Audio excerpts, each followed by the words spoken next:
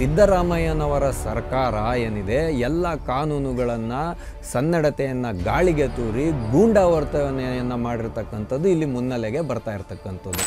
ಲಕ್ಷ್ಮೀ ಹೆಬ್ಬಾಳ್ಕರ್ ಕ್ಷೇತ್ರದ ಜನತೆ ಇವರನ್ನು ಬಿಟ್ಟಿರೋದೇ ಹೆಚ್ಚು ಅನ್ನೋವಂಥ ಅರ್ಥದಲ್ಲಿ ಮಾತಾಡ್ತಾರೆ. CM ಅವರು ಕೂಡ ಇದೇ ರೀತಿಯಾಗಿ ಮಾತಾಡ್ತಾರೆ. ಯಾವುದೇ ಒಬ್ಬ ಅಪರಾಧಿಗೆ 7 ವರ್ಷಕ್ಕಿಂತ ಕಡಿಮೆ ಪ್ರಮಾಣದ ಶಿಕ್ಷೆ ಆಗಬೇಕು ಅನ್ನಂಗಿದ್ರೆ ಅವ್ರಿಗೆ ನೋಟಿಸನ್ನು ಕೊಡಬೇಕು. ನೋಟಿಸ್ ಕೊಟ್ಟು ಕಾರಣವನ್ನು ತಿಳಿಸಿ ನಂತರ ಬಂಧನಕ್ಕೆ ಒಳಪಡಿಸಬೇಕು.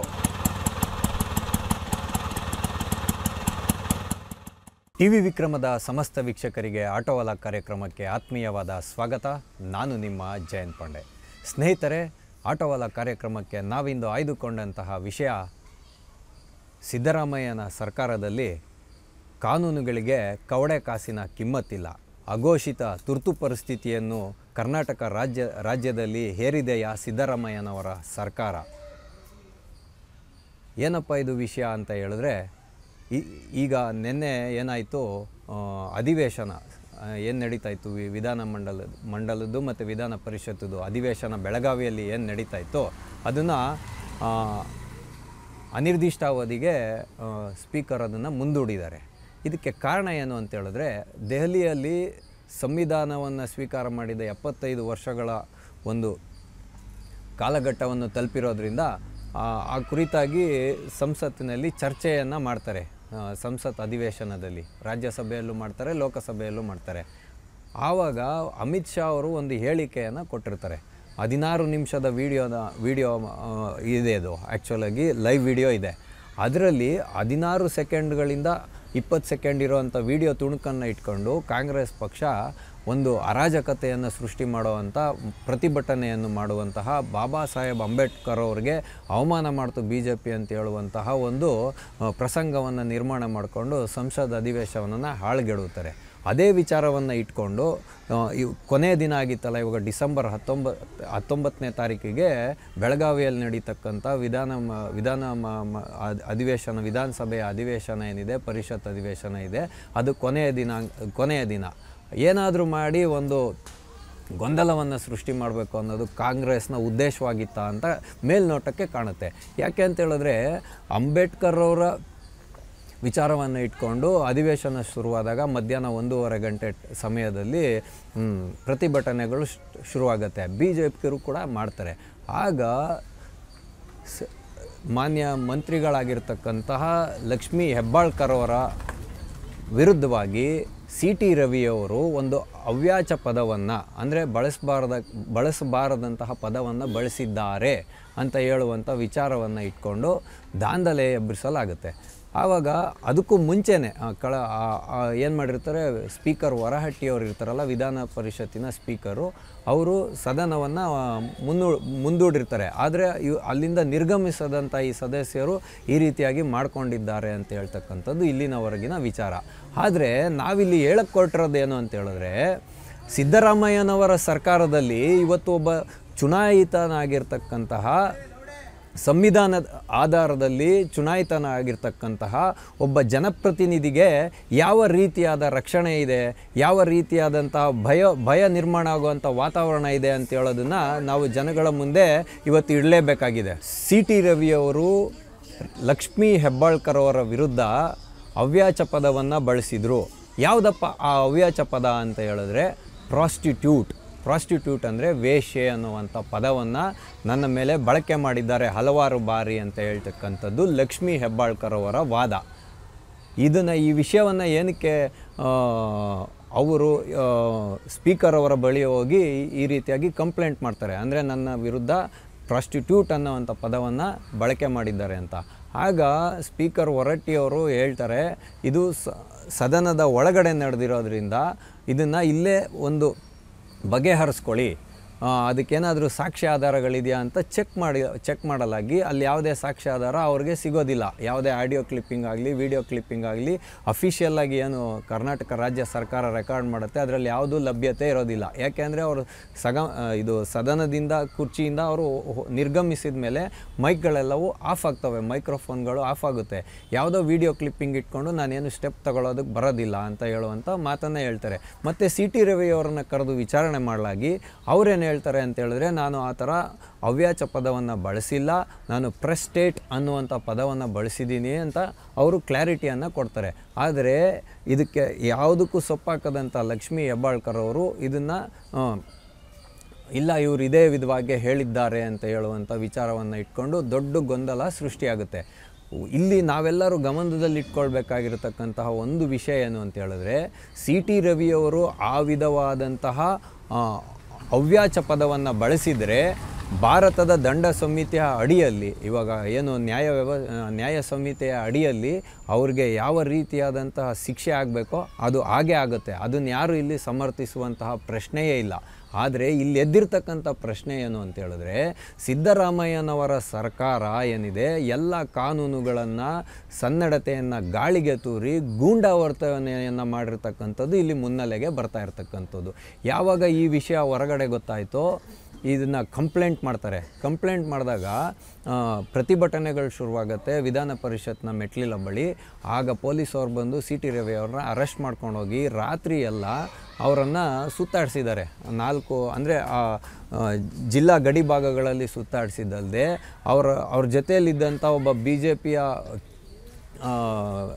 ನಾಯಕರಿದ್ದರು ಅವ್ರನ್ನ ನಿರ್ಜನ ಪ್ರದೇಶದಲ್ಲಿ ಇಳಿಸಿದ್ದಲ್ಲದೆ, ಕಲ್ಲಿನ ಕ್ವಾರೆಗಳಿಗೆ ಕರ್ಕೊಂಡೋಗಿದ್ದಲ್ಲದೆ, ಅವರ ತಲೆಗೆ ಪೆಟ್ಟಾಗಿ ರಕ್ತಸ್ರಾವ ಆದರೂ ಪ್ರಥಮ ಚಿಕಿತ್ಸೆಯನ್ನು ಕೊಡಿಸೋದ್ರಲ್ಲಿ ವಿಳಂಬ ಮಾಡಿದ್ದಲ್ಲದೆ, ಇವರು ಕೂಡ ಒಂದು ಮರುದೂರನ್ನು ದಾಖಲು ಮಾಡಿದ್ರೆ ಅದನ್ನು ಸ್ವೀಕಾರ ಮಾಡದೆ ದೊಡ್ಡ ರಾದ್ಧಾಂತವನ್ನು ಸೃಷ್ಟಿ ಮಾಡಿಕೊಂಡು ಬೆಳಗಾವಿ ಕೋರ್ಟ್ಗೆ ಕರ್ಕೊಂಡು ಹೋಗ್ತಾರೆ. ಬೆಳಗಾವಿಯಲ್ಲಿ ಕೋರ್ಟ್ ಏನು ಹೇಳುತ್ತೆ ಅಂತ ಹೇಳಿದ್ರೆ, ಇದು ನಮ್ಮ ವ್ಯಾಪ್ತಿಗೆ ಬರೋದಿಲ್ಲ, ಇದು ಜನಪ್ರತಿನಿಧಿಗಳ ವಿಶೇಷ ನ್ಯಾಯಾಲಯಕ್ಕೆ ಹೋಗಬೇಕು ಅಂತ ಹೇಳ್ತಾರೆ. ಜನಪ್ರತಿನಿಧಿಗಳ ವಿಶೇಷ ನ್ಯಾಯಾಲಯ ಏನು ಮಾಡುತ್ತೆ, ಅದನ್ನು ಮುಂದೂಡುತ್ತೆ. ಆ ಕೇಸನ್ನು ಮುಂದೂಡಿದಾಗ ತಕ್ಷಣ ಜಾಗೃತರಾದಂತಹ ಬಿ ಜೆ ಪಿಗರು ಹೈಕೋರ್ಟ್ನಲ್ಲಿ ಒಂದು ಪಿಟಿಷನನ್ನು ಹೈಕೋರ್ಟ್ನಲ್ಲಿ ಒಂದು ಜಾಮೀನಿಗಾಗಿ ಅರ್ಜಿಯನ್ನು ತಗೊಳ್ತಾರೆ. ಆಗ ಕೂಲಂಕುಷವಾಗಿ ಪರಿಶೀಲನೆ ಮಾಡಿದಂಥ ಮಾನ್ಯ ಹೈಕೋರ್ಟ್ ಇವರನ್ನು ಬಿಡುಗಡೆ ಮಾಡಬೇಕು ತತ್ಕ್ಷಣದಲ್ಲಿ ಅಂತ ಹೇಳುತ್ತೆ. ಬೆಳಗಾವಿ ಕೋರ್ಟ್ ಏನು ಹೇಳಿತು ಅಂದರೆ, ನೀವು ಇವ್ರಿಗೆ ಸಿ ಟಿ ರವಿಯವರು ತಮ್ಮ ಅಳಲನ್ನು ತೋಡ್ಕೊಂಡಿದ್ರು ಜಡ್ಜ್ ಮುಂದೆ. ಅಂದರೆ ನನಗಿವಾಗ ರಾತ್ರಿ ಎಲ್ಲ ಸುತ್ತಾಡಿಸಿದ್ದಾರೆ, ನನಗೆ ಮಾನಸಿಕವಾಗಿ ಮತ್ತು ದೈಹಿಕವಾಗಿ ಹಲ್ಲೆ ಆಗಿದೆ, ಇದೆಲ್ಲದಕ್ಕಿಂತ ಮುಖ್ಯವಾಗಿ ಭದ್ರತಾ ವ್ಯವಸ್ಥೆಯ ವೈಫಲ್ಯ ಇದೆ ಅಂತಲೂ ಕೂಡ ಹೇಳ್ತಾರೆ. ಯಾಕೆ ಅಂತ ಹೇಳಿದ್ರೆ, ವಿಧಾನ ಪರಿಷತ್ತಿನೊಳಗೆ ಯಾವುದೇ ಖಾಸಗಿ ವ್ಯಕ್ತಿ ಅಧಿವೇಶನ ನಡೆಯುವಂಥ ಸಂದರ್ಭದಲ್ಲಿ ಯಾವುದೇ ಖಾಸಗಿ ವ್ಯಕ್ತಿಗಳನ್ನು ಬಿಡಲಿಕ್ಕಾಗಲ್ಲ. ಆದರೆ ಇಲ್ಲಿ ಬಿ ಜೆ ಪಿಯವರ ಆಪಾದನೆ ಏನು ಅಂತ ಹೇಳಿದ್ರೆ, ಲಕ್ಷ್ಮೀ ಹೆಬ್ಬಾಳ್ಕರ್ ಅವರ ಆಪ್ತ ಸಹಾಯಕ ಒಬ್ಬ ಇರ್ತಾರೆ ಸಂಗನಗೌಡ ಅಂತ, ಆತ ಪರಿಷತ್ನ ಗೇಟ್ಗಳಿಗೋಗಿ ಇವ್ರ ಮೇಲೆ ದೈಹಿಕವಾಗಿ ಹಲ್ಲೆ ಮಾಡೋಕ್ಕೆ ಹೋಗಿರ್ತಕ್ಕಂಥದ್ದು ರೆಕಾರ್ಡ್ ಆಗಿದೆ. ಈ ಎಲ್ಲ ವಿಷಯಗಳು ಮುನ್ನೆಲೆಗೆ ಬರುತ್ತೆ. ಸೊ ಇಲ್ಲಿ ಲಕ್ಷ್ಮೀ ಹೆಬ್ಬಾಳ್ಕರ್ ಅವರಿಗೆ ಅವ್ಯಾಚ ಪದವನ್ನು ಬಳಕೆ ಮಾಡಿದರೆ ಅದಕ್ಕೆ ಶಿಕ್ಷೆ ಆಗಲಿ. ಆದರೆ ಸಿದ್ದರಾಮಯ್ಯನವರ ಸರ್ಕಾರ ಎಲ್ಲ ಕಾನೂನುಗಳನ್ನು ಗಾಳಿಗೆ ತೂರಿದ್ದಲ್ಲದೆ, ನಮ್ಮ ಡಿ ಸಿ ಎಮ್ ಅವರು ಎಷ್ಟು ಸ್ಪಷ್ಟವಾಗಿ ಹೇಳ್ತಾರೆ ಅಂತ ಹೇಳಿದ್ರೆ, ಈ ರೀತಿಯಾಗಿ ಮಾತನಾಡಿದ್ರೆ ಕೊಲೆ ಯತ್ನ ಆಗ್ತಕ್ಕಂಥದ್ದು ಸ್ವಾಭಾವಿಕ, ಲಕ್ಷ್ಮೀ ಹೆಬ್ಬಾಳ್ಕರ್ ಕ್ಷೇತ್ರದ ಜನತೆ ಇವರನ್ನು ಬಿಟ್ಟಿರೋದೇ ಹೆಚ್ಚು ಅನ್ನೋವಂಥ ಅರ್ಥದಲ್ಲಿ ಮಾತಾಡ್ತಾರೆ. ಸಿ ಎಮ್ ಅವರು ಕೂಡ ಇದೇ ರೀತಿಯಾಗಿ ಮಾತಾಡ್ತಾರೆ. ಅಂದರೆ ಮೀಡಿಯಾ ಪರ್ಸನ್ಸು ಪ್ರಶ್ನೆಯನ್ನು ಕೇಳುವಾಗ, ಪತ್ರಕರ್ತರು ಪ್ರಶ್ನೆ ಕೇಳುವಾಗ ಇವರು ಈ ವಿಡಿಯೋ ಕ್ಲಿಪ್ಪಿಂಗ್ ಇದೆ, ಆಡಿಯೋ ಕ್ಲಿಪ್ಪಿಂಗ್ ಇದೆ ಅಂತೆಲ್ಲ ಹೇಳಿರೋದುಂಟು ಸಿ ಎಮ್ ಸಿದ್ದರಾಮಯ್ಯನವರು. ನೀವು ಇದನ್ನೆಲ್ಲ ಸಮರ್ಥನೆ ಮಾಡ್ತೀರಾ, ಡಿಬೇಟ್ ಮಾಡಬೇಡ ನನ್ನ ಹತ್ರ ಅಂತ ಹೊರಚಾಡ್ತಾರೆ. ಈಗ ಹೈಕೋರ್ಟ್ ಇವಾಗ ಸಿ ಟಿ ರವಿ ಅವರನ್ನು ಬಂಧ ಮುಕ್ತ ಮಾಡಿದೆ. ನಿನ್ನೆ ಶಿರದ ಹತ್ರ ಇದ್ದಂಥ ಟೋಲಿನ ಬಳಿ ಬರುವಷ್ಟರಲ್ಲಿ ಅವರಿಗೆ ಬೇಲ್ ಗ್ರ್ಯಾಂಟ್ ಆಗಿರ್ತಕ್ಕಂಥದ್ದು. ಈ ವಿಷಯ ಇಷ್ಟಕ್ಕೆ ನಿಲ್ಲುತ್ತಾ? ಖಂಡಿತವಾಗೂ ನಿಲ್ಲೋ ಅಂತ ಯಾವುದೇ ಪ್ರಸಂಗ ಮೇಲ್ನೋಟಕ್ಕೆ ಕಂಡು ಬರ್ತಾ ಇಲ್ಲ. ಯಾಕೆ ಅಂತ ಹೇಳಿದ್ರೆ, ಕಾಂಗ್ರೆಸ್ ಸರ್ಕಾರ ಇಲ್ಲಿ ಕಾನೂನಿನ ಸಲಹೆಗಳನ್ನು ಪಡೆಯೋದರಲ್ಲಿ ಹಿಂದೆ ಬಿದ್ದಿದೆ. ಅಂದರೆ ಈಗ ಸದನದ ಒಳಗಡೆ ಆದಂಥ ವಿಚಾರಕ್ಕೆ ಸ್ಪೀಕರ್ ಅವರೇ ಅಂತಿಮ ನಿರ್ಣಾಯಕವಾಗಿರ್ತಾರೆ. ಅವರ ಒಂದು ಅನುಮತಿಯನ್ನು ಪಡೆಯದೆ ಯಾವುದೇ ಒಬ್ಬ ರಾಜಕರ್ತ ಅಂದರೆ ಜನಪ್ರತಿನಿಧಿಯನ್ನು ಬಂಧನ ಮಾಡಲಿಕ್ಕೆ ಬರೋದಿಲ್ಲ. ಅಷ್ಟು ಅಲ್ಲದೆ ಇವಾಗ ಸಿ ಟಿ ರವಿಯವರು ಕೊಟ್ಟಿರುವಂಥ ಕಂಪ್ಲೇಂಟನ್ನು ವಿಳಂಬ ಮಾಡಿದ್ದಾರೆ ಅದನ್ನು ದಾಖಲು ಮಾಡ್ಕೊಳ್ಳೋದ್ರಲ್ಲಿ ಅಂತೆಲ್ಲ ವಿಷಯಗಳು ಇವಾಗ ಮುನ್ನೆಲೆಗೆ ಬಂದಿದೆ. ಮತ್ತು ಈಗ ನೋಡುವಾಗ ಇಂದಿನ ದಿನಪತ್ರಿಕೆಗಳನ್ನು ಓದುವಾಗ ಇದರಲ್ಲಿ ಪೊಲೀಸವರು ಏನು ಕೋಟ್ ಮಾಡಿದಾರಲ್ಲ ಸೆಕ್ಷನ್ಸು, ಯಾಕೆ ಹೈಕೋರ್ಟ್ ಇವಾಗ ಇವ್ರಿಗೆ ಒಂದು ಇದನ್ನು ಬಿಡುಗಡೆ ಮಾಡೋದಕ್ಕೆ ಹೇಳಿದ್ದಾರೆ ಅಂತ ಹೇಳಿದ್ರೆ, ಸಿ ಟಿ ರವಿಯವ್ರ ಮೇಲೆ ಹಾಕಿರ್ತಕ್ಕಂತಹ ಕಾನೂನುಗಳೇನಿದೆ ಅದರ ಪ್ರಕಾರ ಅವ್ರಿಗೆ 1 ವರ್ಷ ಶಿಕ್ಷೆ ಅಥವಾ ದಂಡ ಇದನ್ನು ಗಮನಿಸಬೇಕು. ಮತ್ತು 3 ವರ್ಷ ಶಿಕ್ಷೆ ಅಥವಾ ದಂಡ ಅನ್ನುವಂಥ ಎರಡು ಸೆಕ್ಷನ್ಗಳನ್ನು ಹಾಕಲಾಗಿದೆ. ಸುಪ್ರೀಂ ಕೋರ್ಟ್ನ ಒಂದು ಮಾರ್ಗದರ್ಶನದ ಅನ್ವಯ ಯಾವುದೇ ಒಬ್ಬ ಅಪರಾಧಿಗೆ 7 ವರ್ಷಕ್ಕಿಂತ ಕಡಿಮೆ ಪ್ರಮಾಣದ ಶಿಕ್ಷೆ ಆಗಬೇಕು ಅನ್ನಂಗಿದ್ರೆ ಅವ್ರಿಗೆ ನೋಟಿಸನ್ನು ಕೊಡಬೇಕು. ನೋಟಿಸ್ ಕೊಟ್ಟು ಕಾರಣವನ್ನು ತಿಳಿಸಿ ನಂತರ ಬಂಧನಕ್ಕೆ ಒಳಪಡಿಸಬೇಕು. ಆದರೆ ಕರ್ನಾಟಕದ ರಾಜ್ಯ ಸರ್ಕಾರ ಇವತ್ತು ಇಲ್ಲಿ ಎಡವಿರ್ತಕ್ಕಂಥದ್ದು ಸಿ ಟಿ ರವಿಯವ್ರಿಗೆ ಯಾವ ಕಾರಣಕ್ಕೆ ಬಂಧನ ಮಾಡ್ತಾಯಿದ್ದೀವಿ ಅನ್ನೋದನ್ನೇ ಎಲ್ಲೂ ಹೇಳಿಲ್ಲ ಅಂತ ಹೇಳುವಂಥ ವಿಚಾರಗಳು ಇಲ್ಲಿ ಬಂದಿದೆ ಮುನ್ನೆಲೆಗೆ. ಮತ್ತು ಸಿ ಟಿ ರವಿಯವರನ್ನು ಸುತ್ತಾಡಿಸುವಾಗ ಅವರೇ ಸ್ವತಃ ಹೇಳುವಂತೆ ಪ್ರತಿ 10 ನಿಮಿಷಕ್ಕೆ 20 ನಿಮಿಷಕ್ಕೆ ಒಂದೊಂದು ಕರೆ ಬರ್ತಾಯಿತ್ತು, ಎಲ್ಲಿಂದನೋ ಡೈರೆಕ್ಟ್ ಮಾಡ್ತಾಯಿದ್ರು ಅಂತ ಹೇಳ್ತಾ ಇದ್ದಾರೆ ಇವತ್ತು. ಆದರೆ ಸರ್ಕಾರ ಇವತ್ತು ಸಮಜಾಯಿಷಿ ಕೊಡ್ತಾ ಇರೋದೇನು ಅಂತ ಹೇಳಿದ್ರೆ ಭದ್ರತೆಯ ದೃಷ್ಟಿಯಿಂದ ನಾವು ಅವ್ರನ್ನ ರಾತ್ರಿ ಇಡೀ ಸುತ್ತಾಡಿಸಿದ್ದೀವಿ ಅಂತ ಹೇಳ್ತಾ ಇದ್ದಾರೆ.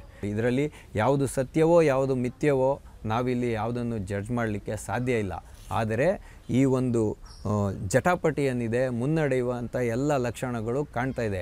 ಯಾಕೆ ಅಂತ ಹೇಳಿದ್ರೆ ಇವತ್ತು ಕಾಂಗ್ರೆಸ್ ಸರ್ಕಾರ ತನ್ನ ಹತಾಶ ಮನಸ್ಥಿತಿಯ ಹಂತವನ್ನು ತಲುಪಿ ದ್ವೇಷ ರಾಜಕಾರಣಕ್ಕೆ ಬಿದ್ದಿದೆಯಾ ಅಂತ ಹೇಳುವಂತಹ ಪ್ರಶ್ನೆ ಇವತ್ತು ಸಾರ್ವಜನಿಕ ವಲಯದಲ್ಲಿರ್ಬೋದು, ರಾಜಕೀಯ ವಲಯದಲ್ಲಿರ್ಬೋದು ವ್ಯಕ್ತ ಆಗ್ತಾ ಇರತಕ್ಕಂಥದ್ದು. ಹಾಗಾಗಿ ಹೊರಟ್ಟಿಯವರು ಹೇಳಿದಂತೆ ನಾನು ನನ್ನ ಒಂದು ನಿರ್ಣಯವನ್ನು ಹೇಳಿದ್ದೀನಿ, ಆದರೆ ಇವರು ಅದನ್ನು ಸೌಹಾರ್ದಯುತವಾಗಿ ಬಗೆಹರಿಸ್ಕೊಳ್ಬೋದಾಗಿತ್ತು ಅಂತ ಹೇಳುವಂಥ ವಿಚಾರ ಇವತ್ತು ಮುನ್ನೆಲೆಗೆ ಬಂದಿದೆ. ಮುಂದೆ ಏನಾಗುತ್ತೆ ನಾವೆಲ್ಲರೂ ಕಾದು ನೋಡೋಣ. ಆದರೆ ಭಾರತದಂಥ ಪುಣ್ಯಭೂಮಿಯಲ್ಲಿ ಯಾವುದೇ ಒಬ್ಬ ಮಾತೆಗೆ ಈ ರೀತಿಯಾದ ನಿಂದನಾರ್ಹಕ ಪದವನ್ನು, ಅವ್ಯಾಚವಾದ ಪದವನ್ನು ಬಳಸಿದ್ದರೆ ಸಿ ಟಿ ರವಿಯವರಿಗೂ ಕೂಡ ಕಾನೂನಾತ್ಮಕವಾಗಿ ಶಿಕ್ಷೆ ಆಗಲಿ. ಇದನ್ನು ನಾವ್ಯಾರು ಕೂಡ ಸಮರ್ಥನೆ ಮಾಡೋದು ಬೇಡ. ಆದರೆ ಅದೇ ಕ್ಷಣದಲ್ಲಿ ಕಾಂಗ್ರೆಸ್ ಕೂಡ ಎಲ್ಲ ನಿಯಮಗಳನ್ನು ಕಾನೂನುಗಳನ್ನು ಗಾಳಿಗೆ ತೂರಿ ಜನಪ್ರತಿನಿಧಿಗಳಿಗೆ ಈ ರೀತಿಯಾದಂಥ ಕಿರುಕುಳವಾದಂಥ ವಾತಾವರಣವನ್ನು ನಿರ್ಮಾಣ ಮಾಡ್ತಾರೆ ಅಂತ ಹೇಳೋದಾದರೆ ನಿಮ್ಮಂತಹ ಸಾಮಾನ್ಯ ಪ್ರಜೆಗಳ ಸ್ಥಿತಿ ಹೇಗಿರ್ಬೋದು? ಅದಕ್ಕೆ ಆರ್ ಅಶೋಕ್ ಅವರು ಹೇಳಿದ್ರು, ಜನಪ್ರತಿನಿಧಿಗಳಿಗೆ ಇಷ್ಟೊಂದು ಒಂದು ಟಾರ್ಚರ್ ನಿರ್ಮಾಣ ನೀವು ಮಾಡ್ತಾಯಿದ್ದೀರಾ, ಕಿರುಕುಳ ಹಿಂಸೆಯನ್ನು ನಿರ್ಮಾಣ ಮಾಡ್ತಾಯಿದ್ದೀರಾ ಅಂದರೆ ಸಾಮಾನ್ಯ ಕಾರ್ಯಕರ್ತರಿಗೆ ಸ್ಥಿತಿ ಹೇಗಿರ್ಬೋದು ಅಂತ ಹೇಳುವಂಥ ಪ್ರಶ್ನೆಯನ್ನು ಇವತ್ತು ಕರ್ನಾಟಕ ರಾಜ್ಯ ಸರ್ಕಾರದ ಮುಂದೆ ಇಟ್ಟಿದ್ದಾರೆ. ಇದು ಯಾರ ಪರವೋ ಅಲ್ಲ, ಯಾರ ವಿರುದ್ಧವೋ ಅಲ್ಲ. ಈ ರಾಜ್ಯ ನಮ್ಮದು, ಈ ದೇಶ ನಮ್ಮದು. ನಾವೆಲ್ಲರೂ ಈ ಎಲ್ಲ ವಿಷಯಗಳ ಕುರಿತಾಗಿ ಕೂಲಂಕುಷವಾಗಿ ಯೋಚನೆ ಮಾಡಬೇಕು. ಸದನ ನಡೀತಕ್ಕಂಥದ್ದು ನಮ್ಮೆಲ್ಲರ ಸಮಸ್ಯೆಗಳು ಬಗೆಹರಿಲಿಕ್ಕೆ, ಇವರ ಒಂದು ಆಟೋಟೋಪಗಳಿಗಲ್ಲ ಅನ್ನುವಂಥ ಪ್ರಶ್ನೆಗಳನ್ನು ಜನಪ್ರತಿನಿಧಿಗಳ ಮುಂದೆ ಇಡೋದ್ರ ಮುಖಾಂತರ ನಾವಿಂದು ಆಟೋವಾಲ ಕಾರ್ಯಕ್ರಮವನ್ನು ಮುಗಿಸ್ತಾ ಇದ್ದೇವೆ. ಮುಂದೆ ಇಂತಹದ್ದೇ ಒಂದು ಕುತೂಹಲಕಾರಿಯಾದ ವಿಷಯದೊಂದಿಗೆ ನಾವೆಲ್ಲರೂ ಮತ್ತೆ ಭೇಟಿಯಾಗೋಣ. ಅಲ್ಲಿವರೆಗೂ ಟಿ ವಿ ವಿಕ್ರಮವನ್ನು ಸಬ್ಸ್ಕ್ರೈಬ್ ಮಾಡುವುದರ ಮುಖಾಂತರ, ನಿಮ್ಮ ಸದ್ವಿಚಾರಗಳನ್ನು ಕಾಮೆಂಟ್ ಮಾಡುವುದರ ಮುಖಾಂತರ ಹಾಗೂ ಶೇರ್ ಮಾಡುವುದರ ಮುಖಾಂತರ ನಮ್ಮನ್ನು ಪ್ರೋತ್ಸಾಹಿಸಿ. ಟಿವಿ ವಿಕ್ರಮ, ದೇಶ ನಿಮ್ಮ ಕೈಯಲ್ಲಿ.